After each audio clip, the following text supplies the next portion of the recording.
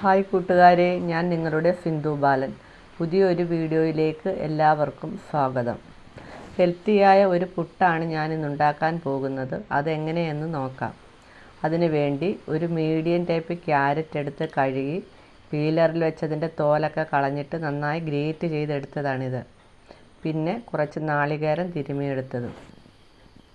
ഒരു പാൻ അടുപ്പിൽ വെച്ച് ചൂടാകുമ്പോൾ അതിലേക്ക് ഒരു ചെറിയ കപ്പിന് അരക്കപ്പ് റവ എടുത്ത് നന്നായിട്ട് വറുത്തെടുക്കുക. നന്നായി വറുത്തതിന് ശേഷം റവ തണുത്തതിന് ശേഷം വേണം അതിലേക്ക് ഗ്രേറ്റ് ചെയ്ത് വെച്ചിരിക്കുന്ന ക്യാരറ്റ് കൂടി ഇട്ട് നന്നായി ഇളക്കിയെടുക്കണം. ആവശ്യത്തിന് ഉപ്പ് ഇട്ട് കൊടുത്തിട്ട് നന്നായിട്ട് ഇളക്കണം. ക്യാരറ്റിന് നനവുള്ളത് കൊണ്ട് വെള്ളം കൊടുത്തില്ലെങ്കിലും കുഴപ്പമില്ല. എങ്കിൽ വേണമെങ്കിൽ അല്പം വെള്ളം തളിച്ചു കൊടുക്കാവുന്നതാണ്. എന്നിട്ട് 10 മിനിറ്റ് റെസ്റ്റ് ചെയ്യാൻ വെക്കണം.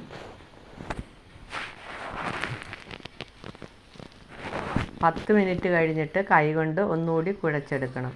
നന്നായിട്ട് കുഴച്ചെടുക്കണം.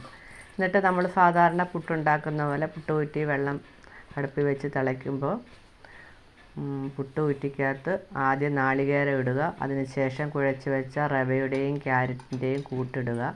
പിന്നെയും നാളികേരം ഇടുക. അങ്ങനെ ആവിയിൽ പുഴുങ്ങിയെടുക്കുക.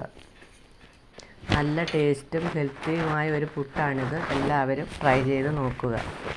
എൻ്റെ വീഡിയോ കാണുന്നവർ എല്ലാവരും സബ്സ്ക്രൈബ് ചെയ്ത് സപ്പോർട്ട് ചെയ്യുമെന്ന് പ്രതീക്ഷിക്കുന്നു.